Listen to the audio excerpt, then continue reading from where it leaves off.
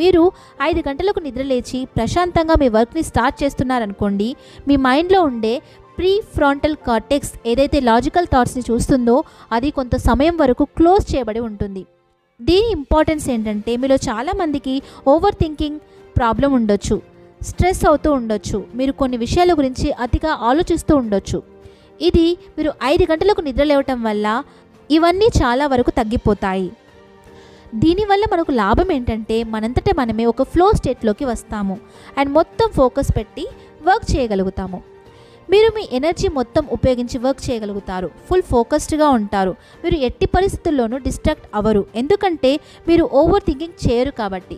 అందుకే మీరు ఉదయం 5 గంటలకు నిద్రలేచారనుకోండి, మీరు చాలా ఫోకస్డ్గా ఉంటారు, ఇంకా మీరు ప్రొడక్టివ్గా కూడా ఉంటారు.